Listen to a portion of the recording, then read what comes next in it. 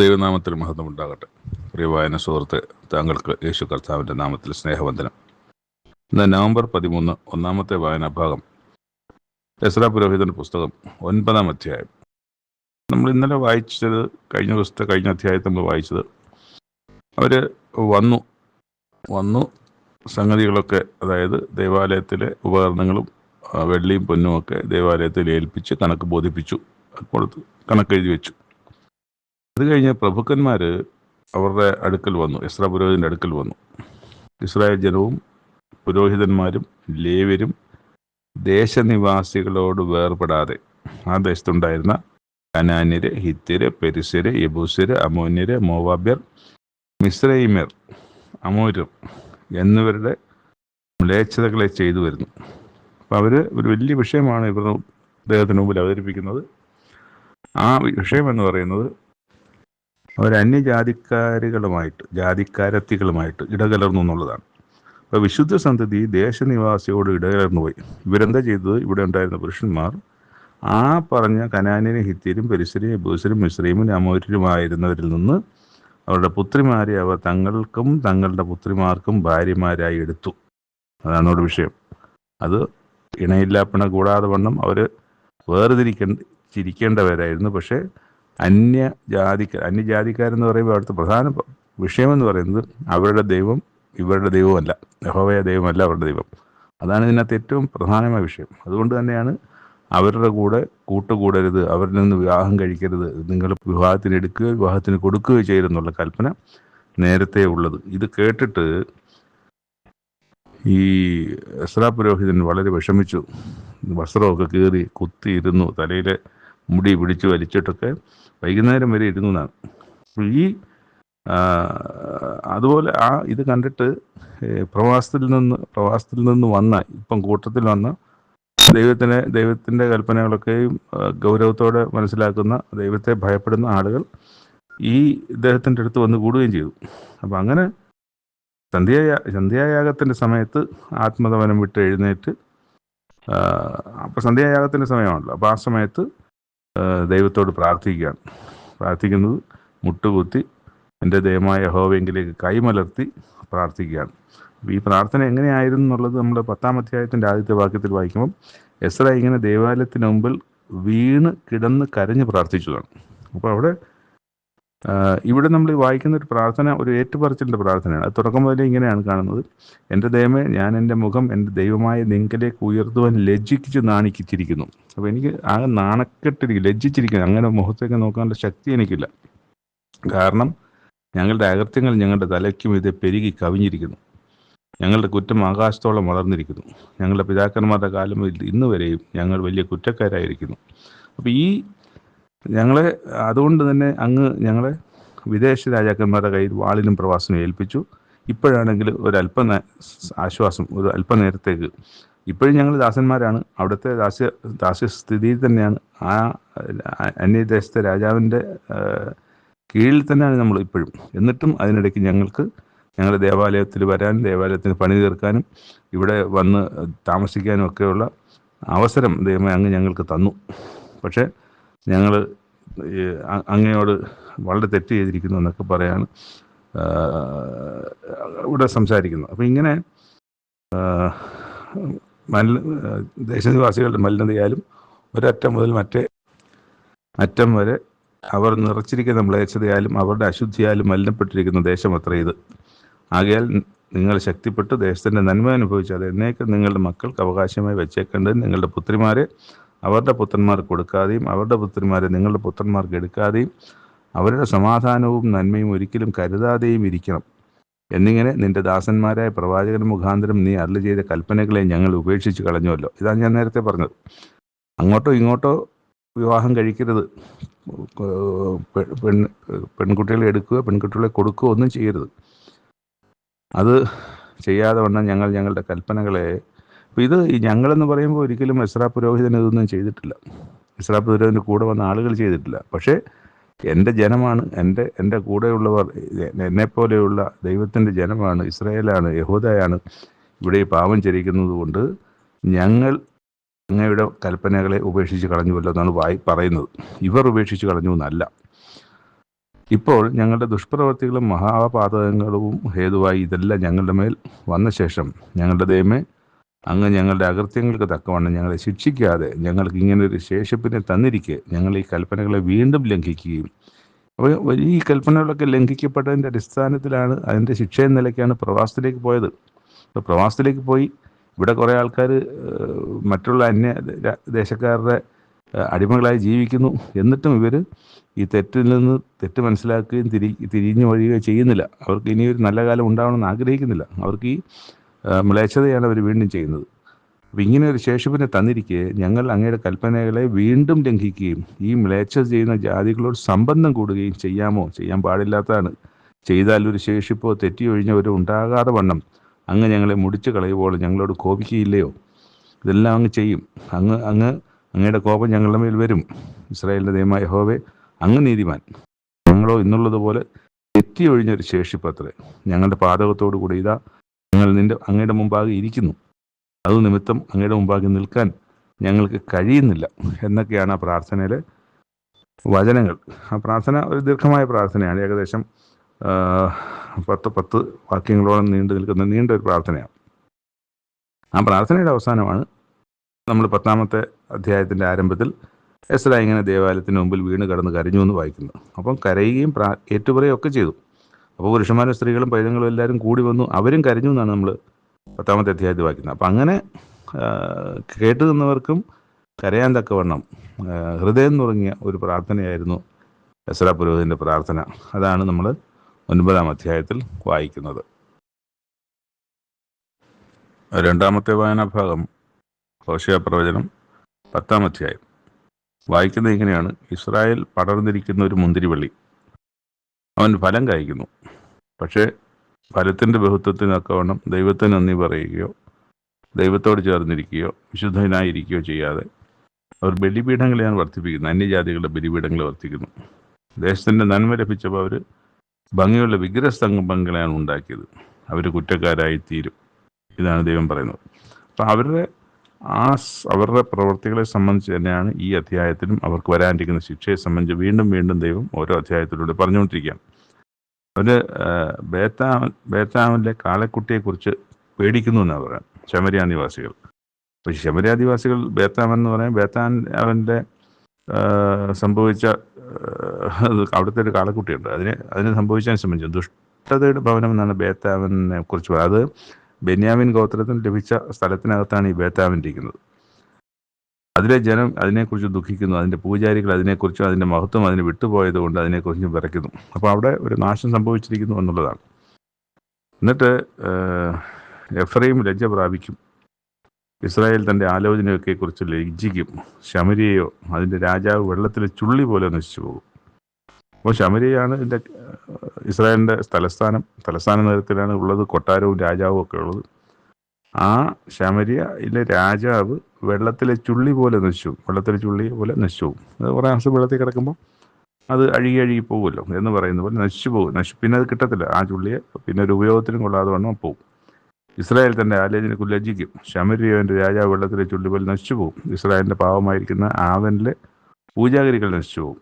അപ്പോൾ ഇതെല്ലാം ദൈവം കൃത്യമായി അവരോട് പറയുന്നുണ്ട്. എന്നാൽ അതിൻ്റെ അവസാനത്തിൽ തൊട്ടു മുമ്പ് എന്നിട്ട് പറയാണ്, അവർക്കൊരു ആശ്വാസം അല്ലെങ്കിൽ അവരെ തിരികെ വരുവാൻ ഉള്ള ഉപദേശം അവിടെ കൊടുക്കുന്നത്: യഹൂദ ഒഴുകുകയും യാക്കോബ് കട്ട ഉടയ്ക്കുകയും ചെയ്യേണ്ടി വരും.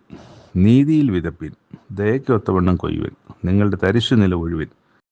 അങ്ങനെയൊക്കെ ചെയ്താൽ യഹോവ വന്ന് നിങ്ങളുടെ മേൽ നീതി വർഷിപ്പിക്കേണ്ടതിന് അവനെ അന്വേഷിപ്പാനുള്ള കാലമാകുന്നുവല്ലോ. അപ്പോൾ ദൈവത്തെ അന്വേഷിച്ച്, ദൈവത്തിൻ്റെ വിശ്വസിച്ച്, ദൈവത്തിൽ ആശ്രയിച്ച് നിങ്ങൾ ഓരോ കാര്യങ്ങൾ ചെയ്താൽ ദൈവം നിങ്ങൾക്ക് സഹായം ചെയ്യും, നിങ്ങൾക്ക് വലിയ സമൃദ്ധി തരും എന്നൊക്കെയാണ് അവിടെ പറയുന്നത്. പക്ഷെ നിങ്ങൾ എന്താ ചെയ്യുന്നത്? നിങ്ങൾ ദുഷ്ടത ഉഴുത് നീതികേട് കൊയ്ത് ഭോഷ്കിൻ്റെ ഫലം തിന്നിരിക്കുന്നു. നീ നിന്റെ വഴിയിലും നിന്റെ വീരന്മാരുടെ സംഘത്തിലും ആശ്രയിച്ചിരിക്കുന്നു. അതുകൊണ്ട് നിന്റെ ജനത്തിൻ്റെ ഇടയിൽ ഒരു കലഹമുണ്ടാകും. പക്ഷെ അത് ദൈവം ഇത് പറയുന്നുണ്ടെങ്കിലും ദൈവത്തിനറിയാം അവരത് ചെയ്യില്ല എന്നുള്ളത്. അവരുടെ ദുഷ്ടതയിലും അവരുടെ അന്യദൈവ വിഗ്രഹത്തിൻ്റെയൊക്കെ പുറകിൽ തന്നെ അവർ തുടരും. അങ്ങനെ തുടരുന്നത് കൊണ്ടാണ് ദൈവം പറയുന്നത്, നിന്റെ ജനത്തിൻ്റെ ഇടയിൽ ഒരു കലഹമുണ്ടാകും. യുദ്ധ ദിവസത്തിൽ ബേത്ത് അർബേലിനെ നശിപ്പിച്ചതുപോലെ നിന്റെ എല്ലാ കോട്ടകൾക്കും നാശം വരും എന്ന് പറയുകയാണ്. എന്നിട്ട് എൻ്റെ അവസാനത്തെ വാക്യം, ബഥേലിൽ വെച്ച് നിങ്ങൾക്കും അത് ചെയ്യും, മഹാദുഷ്ടത നിമിത്തം. പുലർച്ചയ്ക്ക് ഇസ്രായേൽ രാജാവ് അശേഷം നശിച്ചു പോകും. അപ്പോൾ ഇസ്രായേൽ നശിച്ചു പോകും, ഇസ്രായേൽ രാജ്യത്വം അവസാനിക്കും എന്ന് തന്നെയാണ് ഓരോ അധ്യായത്തിലും ദൈവം ഹോശേയ പ്രവാചകനോട് സംസാരിച്ചുകൊണ്ടിരിക്കുക. അപ്പോൾ ഇത് നമ്മളിപ്പോൾ വായിക്കുന്ന യൊരോബെയാമിൻ്റെ കാലത്താണ് ഇത് ഈ പ്രവചനം നടക്കുന്നതെങ്കിൽ, എന്നാൽ അവസാനം ഹോശേയ എന്ന് പറയുന്ന രാജാവിൻ്റെ കാലത്ത് ഈ ഇസ്രായേൽ പൂർണ്ണമായി നശിച്ചു പോകും. പിന്നെ ഇസ്രായേലിന് രാജ്യമില്ല, അങ്ങനെ രാജാവുമില്ല. അതിനെ സംബന്ധിച്ചുള്ള അറിയിപ്പുകളാണ് ഈ അധ്യായത്തിലും നമ്മൾ വായിക്കുന്നത്. മൂന്നാമത്തെ വായനാഭാഗം കൊലോസ്യർക്ക് അപ്പോസ്തലനായ പൗലോസ് എഴുതിയ ലേഖനം. പൗലോസ് തന്നെയാണ് ഇത് എഴുതിയെന്നുള്ളതിന് സാക്ഷ്യമായിട്ട് ചരിത്രകാരന്മാരുടെ രേഖയുണ്ട്. അതുപോലെ ഇവിടെ പൗലോസ് അപ്പോസ്തലൻ മാത്രമല്ല, പൗലോസും സഹോദരനായ തിമോത്തിയോസും കൂടെ ചേർന്നിട്ടാണ് ഈ ലേഖനം എഴുതുന്നത്. നമ്മളും എഴുതുന്നത് പൗലോസിനോടൊപ്പം തിമോത്തിയോസും കൂടെ ഉണ്ട് ഈ ലേഖനം എഴുതുന്ന സമയത്ത്. നമ്മുടെ എഫെസ്യ ലേഖനം വായിക്കുമ്പം ശരീരത്തെ സംബന്ധിച്ച്, ക്രിസ്തുവിൻ്റെ ശരീരത്തെ സംബന്ധിച്ചാണ് പറയുന്നതെങ്കിൽ, ഇവിടെ ക്രിസ്തുവിൻ്റെ തല എന്ന അതിന്, അതായത് അധികാരവും തലയുടെ സ്ഥാനത്താണ് യേശു ക്രിസ്തുവിനെ ഇവിടെ നമ്മൾ കാണുന്നത്. അവൻ സഭ എന്ന ശരീരത്തിൻ്റെ തലയുമാകുന്നു എന്നിവിടെ എഴുതിയിട്ടുണ്ട്. അപ്പം തുടക്കം ഇതാണ്. ഇത് എഴുതുന്നത് ആർക്കാണെന്ന് എഴുതിയിട്ടുണ്ട്. വിശുദ്ധന്മാരും കൊലോസ്യയിലുള്ള വിശുദ്ധന്മാരും ക്രിസ്തുവിൽ വിശ്വസ്ത സഹോദരന്മാരുമായവർക്ക് എഴുതുന്നത്. അപ്പോൾ കൊലോസ്യർക്ക് വേണ്ടി എഴുതുന്ന ലേഖനം തന്നെയാണ് ഇവിടെ പറഞ്ഞിരിക്കുന്നത്. നിങ്ങൾക്ക് നമ്മുടെ പിതാവായ ദൈവത്തിങ്കൽ നിന്ന് നിങ്ങൾക്ക് കൃപയും സമാധാനവും ഉണ്ടാകട്ടെ. സുവിശേഷത്തിൻ്റെ സത്യവചനത്തിൽ നിങ്ങൾ മുമ്പ് കേട്ടതായി സ്വർഗത്തിൽ നിങ്ങൾക്ക് സംഗ്രഹിച്ചിരിക്കുന്ന പ്രത്യാശ നിമിത്തം. ആ പ്രത്യാശ ഇതുവരെ ഭൂമിയിലേക്ക് എത്തിയിട്ടില്ല, ഇപ്പോൾ സ്വർഗത്തിൽ അതിരിക്കുകയാണ് എന്ന് പറഞ്ഞാൽ അത് ദൈവം അത് ആക്കിയിട്ടില്ല. ആ പ്രത്യാശയുടെ യഥാസ്ഥാനപ്പെടുത്തലിലേക്ക് വന്നിട്ടില്ല. പ്രത്യാശ സ്വർഗത്തിലുണ്ട്, പ്രത്യാശ നമ്മുടെ ഹൃദയങ്ങളിലുമുണ്ട്, പക്ഷേ അത് യഥാസ്ഥാനപ്പെടുത്തുന്നത് സ്വർഗത്തിൽ നിങ്ങൾ സംഗ്രഹിച്ചിരിക്കുന്ന പ്രത്യാശ നിമിത്തം ക്രിസ്തുയേശുവിൽ നിങ്ങളുടെ വിശ്വാസത്തെയും സകല വിശുദ്ധന്മാരോടും നിങ്ങൾക്കുള്ള സ്നേഹത്തെയും കുറിച്ച് ഞങ്ങൾ കേട്ടിട്ട് നിങ്ങൾക്ക് വേണ്ടി പ്രാർത്ഥിക്കുകയിൽ എപ്പോഴും നമ്മുടെ കർത്താവ് യേശു ക്രിസ്തുവിൻ്റെ പിതാവായ ദൈവത്തിന് സ്തോത്രം ചെയ്യുന്നു. അപ്പം നിങ്ങൾ നിങ്ങളുടെ ഈ ദൈവകൃപയെ കേട്ടറിഞ്ഞ നാൾ മുതൽ നിങ്ങളുടെ ഇടയിൽ എന്നപോലെ സർവ്വ ലോകത്തിലും ഫലം കായ്ച്ചും വർദ്ധിച്ചും വരുന്നു. ഇങ്ങനെ നിങ്ങൾ ഞങ്ങളുടെ പ്രിയഭൃത്യനായ എപ്പഫ്രോസിനോട് പഠിച്ചിട്ടുണ്ടല്ലോ. അവൻ നിങ്ങൾക്ക് വേണ്ടി ക്രിസ്തുവിൻ്റെ വിശ്വസ്ത ശുശ്രൂഷകനും നിങ്ങൾക്ക് ആത്മാവിലുള്ള സ്നേഹം ഞങ്ങളോട് അറിയിച്ചവനുമാകുന്നു. അപ്പം എപ്പഫ്രോസാണ് നിങ്ങളെക്കുറിച്ച് ആ സ്നേഹമൊക്കെ ഞങ്ങളോട് നന്നായിട്ട് അറിയിച്ചിട്ടുള്ളതെന്നും പറയുന്നുണ്ട്. അവിടെ സകല സൽപ്രവൃത്തിയിലും ഫലം കായ്ച്ച് ദൈവത്തെക്കുറിച്ച് പരിജ്ഞാനത്തിൽ വളരണം. സകല സഹിഷ്ണുതയ്ക്കും ദീർഘക്ഷമയ്ക്കുമായി അവൻ്റെ മഹത്വത്തിൻ്റെ വല്ലഭത്വത്തിൻ്റെ വല്ലഭത്വത്തിന് ഒത്തവണ്ണം പൂർണ്ണശക്തിയോടെ ബലപ്പെടണമെന്നും വിശുദ്ധന്മാർക്ക് വെളിച്ചത്തുള്ള അവകാശത്തിനായി നമ്മെ പ്രാപ്തരാക്കുകയും നമ്മെ ഇരുട്ടിൻ്റെ അന്ധകാരത്തിൽ നിന്ന് വിടുവിച്ച് നമ്മുടെ സ്വന്തം സ്നേഹസ്വരൂപനായ പുത്രൻ്റെ രാജ്യത്തിലാക്കി വെക്കുകയും ചെയ്ത പിതാവിന് സന്തോഷത്തോടെ സ്തോത്രം ചെയ്യുന്നവരാകണം എന്നും അപേക്ഷിക്കുന്നു. അപ്പോൾ ഇതാണ് അവരെക്കുറിച്ച്, കൊലോസ്യരെക്കുറിച്ച് പൗലോസ് അപ്പോസ്തലൻ്റെ ആഗ്രഹവും പ്രാർത്ഥനയും. എന്നിട്ട് പറയാണ്, അവനിൽ നമുക്ക് പാപത്തിനൊന്ന് വീണ്ടെടുപ്പുണ്ട്. ആരില്ല? ക്രിസ്തുവിൽ. അവൻ അദൃശ്യനായ ദൈവത്തിൻ്റെ പ്രതിമയും സർവ്വ സൃഷ്ടിക്കും ആദിജാതനുമാകുന്നു. അപ്പോൾ സർവ്വ സൃഷ്ടിക്കും ആദിജാതൻ എന്നൊക്കെ വായിക്കുമ്പം നമുക്ക് വിചാരിക്കും എല്ലാം ലോകസ്ഥാപനത്തിന് മുമ്പേ ആദ്യം സൃഷ്ടിച്ചത് യേശു ക്രിസ്തുവിനെയാണ്, പിന്നെയാണ് വെളിച്ചമുണ്ടാകട്ടെ എന്ന് പറഞ്ഞതെന്നൊക്കെയാണ്. ഒരിക്കലും അങ്ങനെയല്ല. സർവ്വ സൃഷ്ടിക്കും ആദിജാതൻ എന്ന് പറയുന്നത് അതെവിടാണെന്നുള്ളത് അവിടെ തന്നെ വായിക്കുമ്പോൾ മനസ്സിലാവും. നമ്മെ അവിടെ എഴുതിയിരിക്കുന്നത് അതിൻ്റെ 13 അതിന് മുമ്പ് എഴുതി, നമ്മെ ഇരുട്ടിൻ്റെ അധികാരത്തിൽ നിന്ന് വിടുവിച്ച് നമ്മുടെ സ്നേഹസ്വരൂപനായ പുത്രൻ്റെ രാജ്യത്തിലാക്കി വെക്കുകയും ചെയ്ത പിതാവിന് സ്തോത്രം. അപ്പം ഈ പുത്രൻ്റെ രാജ്യത്തിലാണ് ആദിജാതൻ എന്ന് പറയുന്നത്, അല്ലാതെ സർവ്വ സൃഷ്ടിക്കും ആദിജാതനല്ല. ദൈവരാജ്യത്തിലെ ആദ്യ ജാതനാണ്, ഫസ്റ്റ് ബോൺ ആണ് യേശുക്രിസ്തു. അപ്പോൾ അങ്ങനെ വേണം അതിനെ മനസ്സിലാക്കാൻ. അല്ലാതെ സർവ്വ സൃഷ്ടിക്കും ആദിജാതനല്ല യേശുക്രിസ്തു. യേശുക്രിസ്തു ജനിച്ചത് മറിയയുടെ മകനായി തന്നെയാണ്, അതിനു മുമ്പ് യേശുക്രിസ്തു ഇല്ല. അത് മനസ്സിലാക്കണം. സർവ്വ സൃഷ്ടിക്കും ആദിജാതനും ആകുന്നു. അപ്പോൾ എന്നിട്ട് താഴെ എഴുതിയിട്ടുണ്ട്, അവൻ സർവത്തിനും മുമ്പേ ഉള്ളവൻ, അവൻ സകലത്തിനും ആധാരമായിരിക്കുന്നു. അവൻ സഭ എന്ന ശരീരത്തിൻ്റെ തലയുമാകുന്നു. സകലത്തിനും താൻ മുമ്പനാകേണ്ടതിന് അവൻ ആരംഭവും മരിച്ചവരുടെ ഇടയിൽ നിന്ന് ആദ്യനായി എഴുന്നേറ്റവനാകുന്നു. ഇവിടെ കൃത്യമായി തന്നെ എഴുതിയിട്ടുണ്ട്, മരിച്ചവരുടെ ഇടയിൽ നിന്ന് ആദ്യനായിട്ട് എഴുന്നേറ്റവനാകുന്നു. അപ്പം മരിച്ചവരിൽ നിന്ന് ഉയർത്തെഴുന്നേറ്റ് ഇന്നും ജീവിച്ചിരിക്കുന്ന യേശുക്രിസ്തു അല്ലാതെ വേറൊരാളില്ല. അതാണ് ആദ്യജാതൻ എന്ന് പറയുന്നത്. ദൈവരാജ്യത്തിലും ആ നിത്യജീവൻ പ്രാപിച്ചവരിലും ആദ്യനായിട്ട് വേറൊരാളില്ല. ദൈവരാജ്യത്ത് പ്രവേശനത്തിന് യോഗ്യനായി തീർന്നതും യേശുക്രിസ്തു അല്ലാതെ മറ്റൊരാളില്ല. അതും അവിടെയും ആദ്യനാണ്. നമ്മുടെ ഈ ആദ്യം എന്ന് പറയുമ്പോൾ തെറ്റിദ്ധരിക്കരുത്, അത് സർവ്വസൃഷ്ടിക്കും ആദ്യജാതൻ എന്നുള്ളതല്ല, ദൈവരാജ്യത്തിലെ ആദ്യജാതനാണ്. ദൈവരാജ്യത്തിലെ സകല സൃഷ്ടിക്കും ആദ്യജാതനാണ്. പക്ഷേ ഇനി മറ്റു രീതിയിൽ പറയുകയാണെങ്കിലും അത് ശരിയാണ്. ദൈവത്തിൻ്റെ മനസ്സിൽ, പദ്ധതിയിൽ യേശുക്രിസ്തു ആദ്യം മുതലേ ഉണ്ട്. അങ്ങനെ ഒരു ആശയം അതിനകത്ത് വന്നാലും അതിനെ തെറ്റുതരണ്ട. പക്ഷേ ഒരു ഫിസിക്കലി ജീവിച്ചിരുന്ന യേശുക്രിസ്തു അവിടെ എങ്ങുമില്ല. ദൈവത്തിൻ്റെ പദ്ധതിയിലും ദൈവത്തിൻ്റെ ഹൃദയത്തിലും ദൈവത്തിൻ്റെ മനസ്സിലും യേശുക്രിസ്തു സകലത്തിന് മുമ്പേ ഉണ്ട് എന്ന് പറഞ്ഞാൽ അത് തെറ്റെന്ന് ഞാൻ പറയില്ല, അത് ശരി തന്നെയാണ്. യേശുക്രിസ്തു ലോകസ്ഥാപനത്തിന് മുമ്പേ ക്രിസ്തു യേശുവിൽ നിങ്ങളെ തിരഞ്ഞെടുത്തുന്ന എഫെസ്യർ 1-ാം 4-5 വാക്യങ്ങൾ വായിക്കുന്നതിൽ സർവ്വ സൃഷ്ടിക്ക് മുമ്പേ, അതായത് ലോകസ്ഥാപനത്തിന് മുമ്പേ യേശുക്രിസ്തുവിൽ തിരഞ്ഞെടുത്തുന്നത്, യേശുക്രിസ്തു ലോകസ്ഥാപനത്തിന് മുമ്പ് യേശുക്രിസ്തു ദൈവത്തിൻ്റെ പദ്ധതിയിൽ ഉണ്ടെന്നുള്ളതാണ്. അപ്പോൾ ലോകസ്ഥാപനത്തിന് മുമ്പ് യേശുക്രിസ്തു ഉണ്ടെന്ന് പറയുമ്പോൾ ദൈവത്തിൻ്റെ മനസ്സിൽ യേശുക്രിസ്തു ലോകസ്ഥാപനത്തിന് മുമ്പ് എന്ന് പറയുന്ന ആശയത്തോട് ഞാൻ വിയോജിക്കില്ല. പക്ഷേ ഫിസിക്കലി ഒരു ശരീരം കൊണ്ട്, ഒരു ജീവൻ കൊണ്ട്, ഒരു മനുഷ്യനായി ജീവിച്ച യേശുക്രിസ്തു ഒരിക്കലും ഉണ്ടായിട്ടില്ല. അത് മറിയയുടെ പുത്രനായി ജനിക്കും മുതലേ ഉള്ളൂ. അപ്പോൾ ഇവിടെ പറയുന്നത്, മനസ്സിലാക്കേണ്ടത്, സർവ്വസൃഷ്ടിക്കും ആദ്യജാതൻ എന്ന് പറയുന്നത് ദൈവരാജ്യത്തിലെ അല്ലെങ്കിൽ നിത്യജീവൻ പ്രാപിച്ച ആദ്യജാതൻ യേശുക്രിസ്തു മാത്രമാണ് എന്നുള്ളത്. അത് യേശുക്രിസ്തു ആണ് ആദ്യജാതൻ, ഉള്ളതെന്നുള്ളതല്ല, ആദ്യജാതൻ യേശുക്രിസ്തുവാണ്. അപ്പം അതിനെ അങ്ങനെ തന്നെ മനസ്സിലാക്കണം. അപ്പം ഇത് ആ മർമ്മം, അതിൻ്റെ അവസാനത്തിലേക്ക് ആ മർമ്മം മഹത്വത്തിൻ്റെ പ്രത്യാശയായ ക്രിസ്തു നിങ്ങളിൽ ഇരിക്കുന്നു എന്നുള്ളത് തന്നെ. അപ്പോൾ അവിടെ പറയുന്നത്, ഇപ്പോൾ ഞാൻ നിങ്ങൾക്ക് വേണ്ടിയുള്ള കഷ്ടാനുഭവത്തിൽ ശ്രദ്ധിക്കണേ, ഇപ്പോൾ ഞാൻ നിങ്ങൾക്ക് വേണ്ടിയുള്ള കഷ്ടാനുഭവങ്ങളിൽ സന്തോഷിച്ച് ക്രിസ്തുവിൻ്റെ കഷ്ടങ്ങളിൽ കുറവായുള്ളത് എൻ്റെ ജഡത്തിൽ സഭയാവിൻ്റെ ശരീരത്തിന് വേണ്ടി പൂരിപ്പിക്കുന്നു. അത് പൗലോസ് അപ്പോസ്തലൻ അനുഭവിക്കുന്ന കഷ്ടങ്ങളൊക്കെ, ക്രിസ്തു അനുഭവിക്കേണ്ട കഷ്ടങ്ങളൊക്കെ ഞാൻ എൻ്റെ ശരീരത്തിൽ പൂരിപ്പിച്ചുകൊണ്ടിരിക്കുകയാണെന്നുള്ളൊരു മനോഭാവത്തിലാണ്. അതൊരു വലിയ മനോഭാവത്തിലാണ്. അതുകൊണ്ട് തന്നെ എന്ത് കഷ്ടം വന്നാലും സഹിക്കാനുള്ള, അത് കള്ളം പറയുന്നതല്ല, ഹൃദയത്തിൽ നിന്ന് പറയുന്നതാണ്. അപ്പോൾ അതുകൊണ്ട് തന്നെ എന്ത് കഷ്ടം വന്നാലും യേശുക്രിസ്തുവിന് വേണ്ടി, അല്ലെ യേശുക്രിസ്തുവിൻ്റെ ശരീരത്തിൽ അനുഭവിക്കേണ്ട കഷ്ടങ്ങളെ ഞാൻ എൻ്റെ ശരീരത്തിൽ പൂരിപ്പിക്കുന്നു എന്ന് പറയുന്ന ആ ഒരു ഉത്തമമായ ഒരു ചിന്തയിലൂടെയാണ് പൗലോസ് അപ്പോസ്തലൻ പോകുന്നത്. അത് കഴിഞ്ഞിട്ട് എഴുതിയിരിക്കുന്ന 25-ാമത്തെ വാക്ക്, നിങ്ങൾക്ക് വേണ്ടി ദൈവം എനിക്ക് നൽകിയിരിക്കുന്ന ഉദ്യോഗപ്രകാരം ദൈവവചന ഘോഷണം നിവർത്തീകരിക്കേണ്ടതിന് ഞാൻ സഭയുടെ ശുശ്രൂഷകനായിരിക്കുന്നു. അത് പൂർവ്വകാലങ്ങൾക്കും തലമുറകൾക്കും മറഞ്ഞു കിടന്ന മർമ്മം. കണ്ടോ, പഴയ നിയമകാലത്ത് ഞാൻ നേരത്തെ നമ്മൾ കഴിഞ്ഞ വായനയിൽ പറഞ്ഞല്ലോ. അപ്പം മറിഞ്ഞിരിക്കുന്നതൊക്കെ യഹോവയ്ക്ക് മറിഞ്ഞിരിക്കുന്നതൊക്കെയും ദൈവത്തിന് മറിഞ്ഞിരിക്കുന്നു. വെളിപ്പെടുന്നതോ അവൻ ന്യായപ്രമാണത്തിൽ പറഞ്ഞിരിക്കുന്ന കാര്യങ്ങളൊക്കെയും വെളിപ്പെട്ടിരിക്കുന്നു. അപ്പം ഈ ന്യായപ്രമാണം പൂർത്തീകരിക്കുന്നത് വെളിപ്പാട് പുസ്തകത്തിലൂടെയാണ് പൂർത്തീകരിക്കുന്നത്. അപ്പം അതുവരെ എഴുതപ്പെട്ട കാര്യങ്ങൾ പല പല പല ഘട്ടങ്ങളിൽ ദൈവം വെളിപ്പെടുത്തിയ കാര്യങ്ങളുണ്ട്. അന്ന് നമ്മൾ വായിക്കുന്ന കാലത്ത് മറഞ്ഞിരുന്നവയാണെങ്കിൽ ഇന്ന് പലതും മറിഞ്ഞിട്ടില്ല. അപ്പോൾ അതുപോലെ ഒരു മർമ്മമാണ് ഇവിടെ പറയുന്നത്. അന്ന് മറിഞ്ഞു കിടന്ന മർമ്മം എങ്കിലും ഇപ്പോൾ അവൻ്റെ വിശുദ്ധന്മാർക്ക് വെളിപ്പെട്ടിരിക്കുന്നു.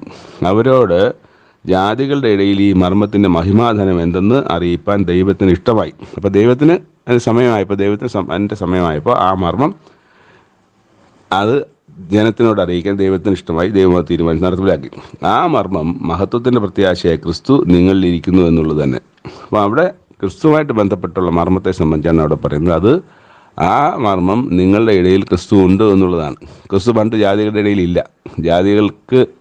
ജാതികളുടെ ഇടയിൽ ഇല്ലെന്നല്ല, അന്ന് പറയുമ്പം ഈ ഒരു വിശ്വാസത്തിലൂടെ ദൈവത്തിങ്കിലേക്ക് വരുവാൻ ജാതികൾക്ക് വ്യവസ്ഥയുണ്ടായിരുന്നു. അത് പരിച്ഛേദന കഴിച്ച് വരുന്ന ഒരു വ്യവസ്ഥയുണ്ട്. ആർക്ക് വേണമെങ്കിലും യഹൂദനാകാം, പരിച്ഛേദന കഴിച്ച് വരുന്നവർക്ക് വേണമെങ്കിൽ അതാകാം. അത് ആകാനുള്ള വ്യവസ്ഥ ഉണ്ടായിരുന്നു. ഇന്ന് അത് അങ്ങനൊരു വ്യവസ്ഥ പ്രകാരമല്ലല്ലോ നമ്മളാരും ഈ വിശ്വാസത്തിലേക്ക് വന്നത്. സൗജന്യമായി ലഭിക്കുന്ന വിശ്വാസമാണ് ഇവിടെ.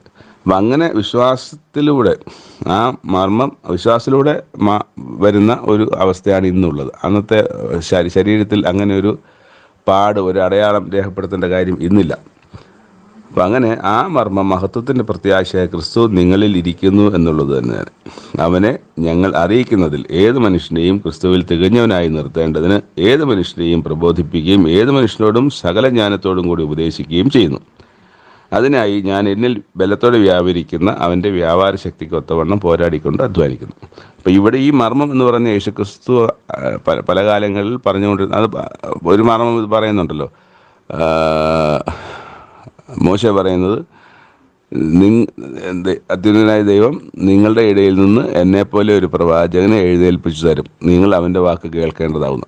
അങ്ങനെ എഴുതി തന്ന് പറയുമ്പം അന്ന് അവിടെ എഴുതിയിരിക്കുന്ന ആ മോശ പറഞ്ഞ കാര്യത്തിൽ ആരാണ് ഒരുപാട് പ്രവാചകന്മാർ വന്നല്ലോ, അതിലേത് പ്രവാചകനാണെന്ന് എന്തെങ്കിലും വെളിപ്പെട്ടില്ല. ഒരുപാട് പ്രവാചകന്മാർ വന്നു, എന്നെപ്പോലെ അത് ഇസ്രായേൽ ജനത്തിൻ്റെ ഇടയിൽ നിന്ന് തന്നെയാണ് പുറപ്പെട്ടു വന്ന പ്രവാചകന്മാർ. ആ പ്രവാചകന്മാർ ആരെക്കുറിച്ചെങ്കിലും ആയിരുന്നു? അല്ലല്ലോ, അത് യേശുക്രിസ്തുവിനെ കുറിച്ചായിരുന്നു. അതെപ്പോഴാണ് വെളിപ്പെട്ട് വരുന്നത്? ആ വെളിപ്പെട്ട് വരുന്ന കാലമാണ് പുതിയ നിയമത്തെ കാലത്തിലാണ് അതാണെന്ന് ദൈവം വെളിപ്പെടുത്തുന്നത്. അപ്പം അത് അങ്ങനെ തന്നെ അത് മനസ്സിലാക്കണം. അതുപോലെ നേരത്തെ പറഞ്ഞ കാര്യം, ആദിജാതൻ എന്ന് പറയുന്നത് സർവ്വ സൃഷ്ടിക്കും ആദത്തിന് മുമ്പേ ഉണ്ടായിരുന്നവനെന്നല്ല, മൃഗങ്ങളും പക്ഷികളും ഉണ്ടാകുന്നതിന് മുമ്പുണ്ടായിരുന്നവനെന്നല്ല, മറിച്ച് വൃക്ഷങ്ങളും വള്ളിച്ചെടികളും ഒക്കെ ഉണ്ടാകുന്നതിന് മുമ്പെന്നല്ല, സമുദ്രവും അല്ലെങ്കിൽ ഭൂമിയും ഉണ്ടാകുന്നതിന് മുമ്പെന്നുള്ളതല്ല, വെളിച്ചത്തിനും അല്ലെങ്കിൽ ഇരുട്ടിനും മുമ്പേ ഉണ്ടായിരുന്നവനെന്ന അർത്ഥത്തിലല്ല, മറിച്ച് ദൈവരാജ്യത്തിലെ അല്ലെങ്കിൽ നിത്യജീവൻ പ്രാപിച്ച ആദ്യത്തെ ആൾ എന്ന അർത്ഥത്തിലാണ് ആദ്യജാതൻ എന്ന് പറയുന്നത്. ഗ്രഹിക്കണം. ദൈവം സഹായിക്കട്ടെ. പുതിയ ലോകം വിശ്വസിക്കുന്ന കാര്യമല്ല ഞാനിപ്പോൾ പറഞ്ഞത്. ഈ പുതിയ കാര്യമായിട്ട് നമുക്ക് തോന്നുമെങ്കിലും ദൈവം ലോകസ്ഥാപനത്തിന് മുമ്പേ ദൈവത്തിൻ്റെ മനസ്സിലുള്ളതും പണ്ട് പല പ്രവാചകന്മാരിലൂടെ മോശയിലൂടെ അറിയിച്ചതും എന്നാൽ ഇന്നത്തെ കാലത്ത് വെളിപ്പെട്ടിരിക്കുന്നതുമായ ആ മർമ്മം അല്ലെങ്കിൽ ആ സത്യം അത് എന്ന് പറയുന്നത് എന്താണ്, എങ്ങനെയാണ് എന്നൊക്കെ ഉള്ളത് നമ്മൾ ഇന്ന് ലോകം മനസ്സിലാക്കുന്നതിൽ വ്യത്യസ്തമായ ചില കാര്യങ്ങളാണ് നമ്മൾ ഇന്ന് കണ്ടത്. അത് വചനപ്രകാരം അങ്ങനെ തന്നെയാണോ അല്ലയോ എന്ന് പരിശോധിക്കുക, അതിൽ നിൽക്കാൻ ശ്രമിക്കുക, സത്യത്തിൽ നിന്ന് നിൽക്കാൻ ശ്രമിക്കുക. സത്യം നിങ്ങളെ സ്വതന്ത്രരാക്കും. സത്യം വിശ്വസിക്കുമ്പോൾ ആ വിശ്വാസം നിങ്ങളെ നീതീകരിക്കുന്നവരാക്കും. ആ നീതീകരണം നിങ്ങളെ ദൈവരാജ്യത്തിലേക്ക് നടത്തും. അതിനായി ഉത്സാഹിക്കുക, അതിനായി പ്രവർത്തിക്കുക, അതിനായി മനസ്സ് സമർപ്പിക്കുക. ദൈവം നിങ്ങളെ അനുഗ്രഹിക്കട്ടെ. നമ്മളെ ഏവരെയും ദൈവം അനുഗ്രഹിക്കട്ടെ. Thank you.